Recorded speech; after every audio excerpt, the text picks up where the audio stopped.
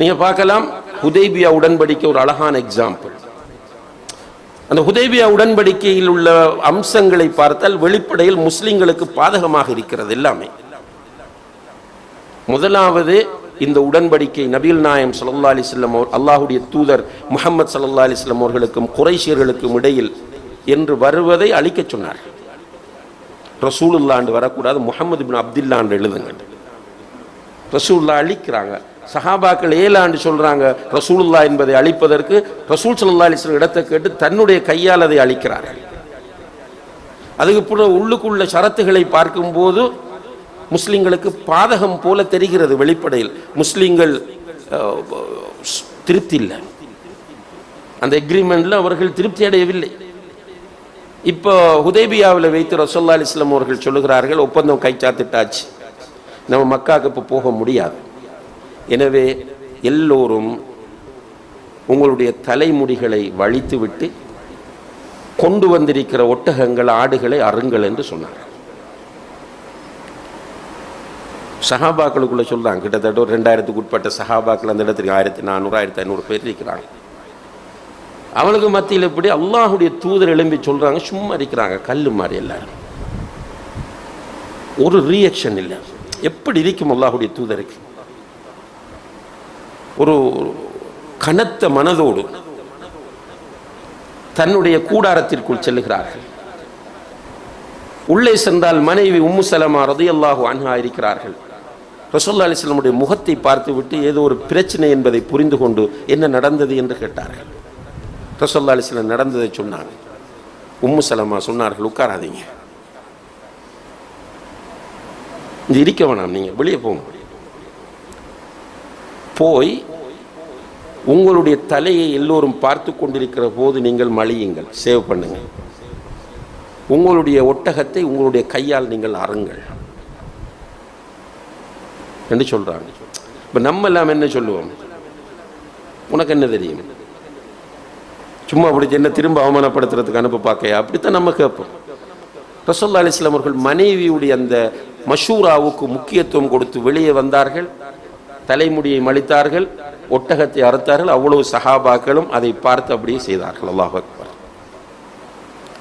என்ன பார்க்கிறோம் என்றால், மனைவிக்குரிய ஹக்கை அல்லாஹ்வுடைய தூதர் கொடுத்தார்கள். அது அமானிதம், நம்மளால முடியதில்லை. Ego, super ego. நம்ம செலவு செய்யறது நம்முடைய கடமை சகோதரர்களே. அவளுக்கு போடுற பிச்சை இல்லது, அவள் தங்குவதற்கு வீடு கொடுப்பது, அதே போல அவளுக்கு தேவையான உணவை கொடுப்பது, அவளுக்குரிய உடுப்புடவைகள் கொடுப்பது, மருத்துவ செலவுகள் செய்வதெல்லாம் நமக்கு வாஜிப், நம்மீது உள்ள ஃபர்து. இதெல்லாம் செய்கிறோம் என்பதற்காக வேண்டி மனைவி நம்முடைய அடிமை என்கிற மனநிலையிலிருந்து நம்முடைய சமூகம், மக்கள் எல்லோரும் விடுபட வேண்டும். அப்ப மனைவி நம்மிடத்தில் அமானிதமாக தரப்பட்டிருக்கிறாள், அந்த அமானிதத்தை பேண வேண்டும்.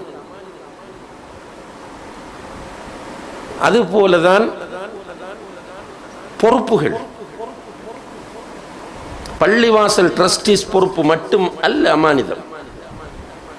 ஒரு ஆளுகிட்ட கடை ஒன்றை ஒருவர் வைத்து தருகிறார் என்றால் அமானிதம். பள்ளிவாசலுக்கு ஒருவரை வாட்சராக நியமிக்கிறார்கள் என்றால் அமானிதம்.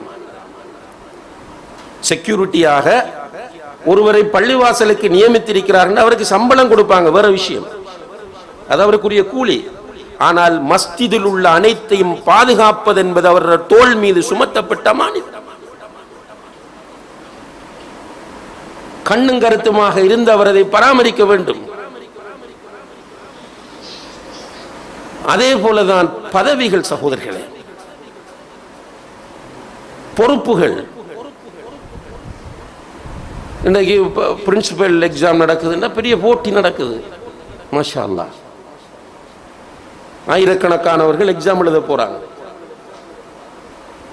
போய் எக்ஸாமில் குறிப்பிட்ட சிலர் பாஸ் ஆகிறார்கள். அவர்களிடத்தில் ஸ்கூல் ஒப்படைக்கப்படுகிறது. ஒவ்வொரு ஸ்கூலுடைய கெப்பாசிட்டிக்கு ஏற்ப மாணவர்கள் இருப்பார்கள். 1000 மாணவர்கள், 2000 மாணவர்கள், 3000 மாணவர்கள், 500 மாணவர்கள் என்று மாணவர்கள் இந்த பிரின்சிபலிடம் ஒப்படைக்கப்படுகிறார்கள். இந்த பொறுப்பு ஒப்படைக்கப்பட்ட பிறகு எத்தனை பிரின்சிபல், நான் முஸ்லிம் பிரின்சிபல்களை கேட்கிறேன், எத்தனை பிரின்சிபல்மார் தூக்கத்தை இழந்திருப்பார்கள்? தன்னிடத்தில் அதிபர் என்கிற பிரின்சிபல் என்கிற அந்த பொறுப்பு ஒப்படைக்கப்பட்ட பிறகு இஸ்திகாரா தொழுதிருப்பார்கள் எத்தனை பேர்? ஒன்று ரெண்டு பிள்ளைகள், சில ஸ்கூல்ல 3000 ஸ்டூடெண்ட்ஸ் இருக்கிறாங்க. அந்த 3000 பிள்ளைகளுக்கு உங்களுக்கு தெரியும், உமர் ரலியல்லாஹு அன்ஹு இடத்தில் ஆட்சி ஒப்படைக்கப்பட்ட போது அவர்கள் பெரிய ஒரு சுமையோடு இருந்தார்கள். அதான் அல்லாஹ் சொல்றான், இன்ன அரதுனல் அமானத அல ஸமாவாதி வல் அர்த், அமானிதத்தை வானங்களின் மீதும் பூமியின் மீது நாம் சுமத்திய போது ஃபஅபைன அன் யஹ்மில்னஹா, அதை சுமக்க அவை மறுத்து விட்டன. அவ்வளவு வெயிட் அது. உமர் ரலியல்லாஹு அன்ஹு அவர்களுக்கு ஆட்சி பொறுப்பு கொடுக்கப்பட்ட போது அவர்கள் சொன்னார்கள், பக்தாதிலே வைத்து ஒருவருக்கு ஒரு பாதிப்பு வந்தாலும் அதுக்கு நாம் பொறுப்பு சொல்லணும். அவர் இருக்கிறார் மதீனாவில். அபூபக்கர் ரலியல்லாஹு அன்ஹு அவர்களுக்கு பொறுப்பு கொடுக்கப்படுகிறது. எல்லாரையும் கூப்பிட்டு வச்சு அழுகிறார்கள். அவர்களுடைய ஹுத்பா, அந்த சபையில் வைத்தவர்கள் பேசிய பேச்சு, அவர்களுக்கு ஹலீஃபா பொறுப்பு ஒப்படைக்கப்பட்ட பிறகு அவர்கள் பேசிய பேச்சு இன்றும் பொன்னெழுத்துக்களால் பொறிக்கப்படக்கூடிய அளவுக்கு முக்கியத்துவம் வாய்ந்ததாக இருக்கிறது. இன்னி கது உல்லிது அலைக்கும் வலஸ்து பிகைரிக்கும், உங்களுக்கு நான் பொறுப்பாக்கப்பட்டுள்ளேன், நான் உங்களில் நான் சிறந்தவன் அல்ல, இருந்தாலும் பொறுப்பு தரப்பட்டுள்ளது என்று தன்னுடைய பலவீனத்தை வெளிப்படுத்தி எனக்கு நீங்கள் உதவி செய்ய வேண்டும் என்று மக்களிடத்திலே மன்றாடுகிறார். ரசூல் ஸல்லல்லாஹு அலைஹி வஸல்லம் அவர்களுக்கு ரிசாலத் கொடுக்கப்படுகிறது. அது பெரிய ஒரு அமானிதம், உலகத்தில் கொடுக்கப்பட்ட மிகப்பெரிய அமானிதம் அது.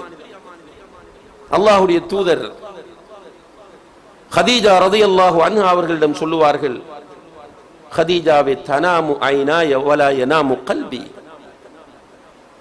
என்னுடைய கண்கள் தான் தூங்குகின்றன, என்னுடைய உள்ளம் தூங்குவதில்லை என்று சொல்வார்கள். அமானிதம் வந்தால் அந்த அமானிதத்தினுடைய தன்மைக்கு ஏற்ப பொறுப்புணர்வு கூட வேண்டும். அல்லாஹ் சொல்றான், மூமின்களே அமானிதத்தை நிறைவேற்றுங்கள். வெற்றி பெற்ற மூமின்கள் அமானிதத்தை பேணி நிறைவேற்றுவார்கள்.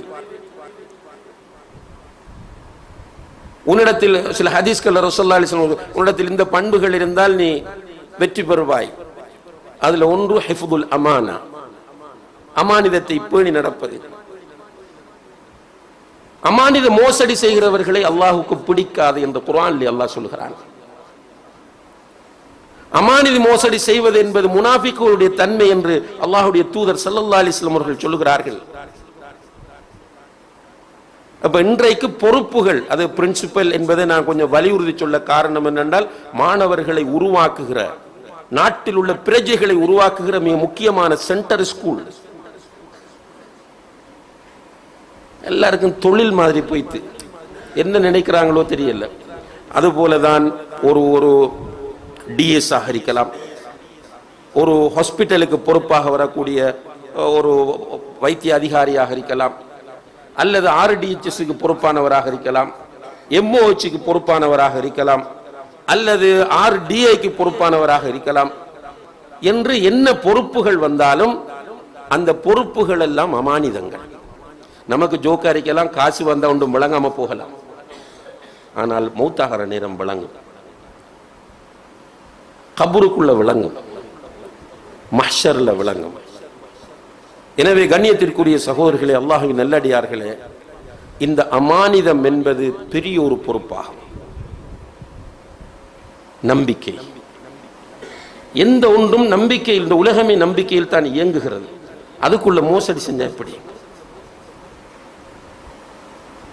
பேங்க்ல கொண்டு காசை போடுற நம்பிக்கையில், ஒரு கடிதத்தை அனுப்புறோம் போஸ்ட் ஆபீஸ்ல போய் நம்பிக்கையில், ஒரு டாக்டர்கிட்ட மனைவி அனுப்புறோம், பிள்ளைகள் அனுப்புறோம் நம்பிக்கையில்,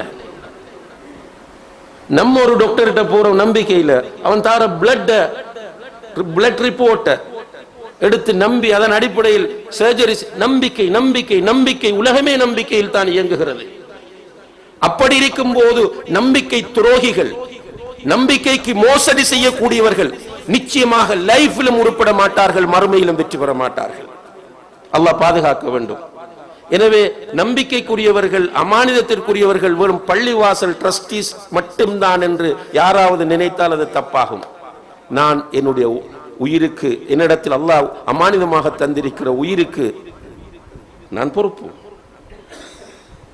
என்னிடத்தில் ஒப்படைக்கப்பட்டிருக்கிற, ஹலாலான முறையில் ஒப்படைக்கப்பட்டிருக்கிற மனைவிக்கு நான் பொறுப்பு.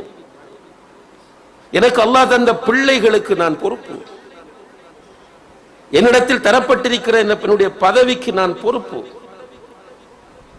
எனவே ஒவ்வொருவரும் இந்த கோணத்தில் அவர்களிடம் தரப்பட்ட அமானிதத்தை பற்றி பொறுப்புணர்வோடு சிந்திப்பார்களாக இருந்தால் நிச்சயமாக உலகத்தில் மிகப்பெரிய ஒரு மாற்றம் ஏற்படும்.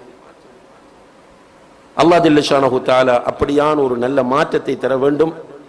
நாமும் ஒவ்வொருவரும் நான் தொடர்ந்து ஒவ்வொரு பயான்களிலும் ஒவ்வொரு ஹுத்துபாவிலும் வலியுறுத்திட்டு வர விஷயம் என்னென்றால், இப்போ பிரின்சிபலை சொன்னா பிரின்சிபலை மட்டுமே பிடிச்சிட்டு இருப்போம். ஆனா நம்மட வீடு என்கிற அமானிதத்தில் நம்ம 100% ஓட்ட, அதை யோசிக்கிறல்ல. எனவே எப்போது நமக்கு ஒரு விஷயம் சொல்லப்பட்டாலும் சஹாபாக்களை போல நாம் இருக்கணும். எனக்கு எந்த வகையில் இது பொருந்தும், சொல்லப்பட்ட குர்ஆன் வசனங்களும் ஹதீஸ்களும் எனக்கு எந்த வகையில் பொருந்தும் என்பதை நம்ம பார்த்தோமாக இருந்தால் நிச்சயமாக நம்முடைய வாழ்க்கையில் நல்ல மாற்றங்கள் வரும். எல்லாம் வல்ல அல்லாஹ் ஜல்ல ஷானஹு தஆலா அதற்கு நம் எல்லோருக்கும் தௌஃபீக் செய்வானாக. வ ஆஹிரு தஅவானா அனில் ஹம்துலில்லாஹி ரப்பில் ஆலமீன்.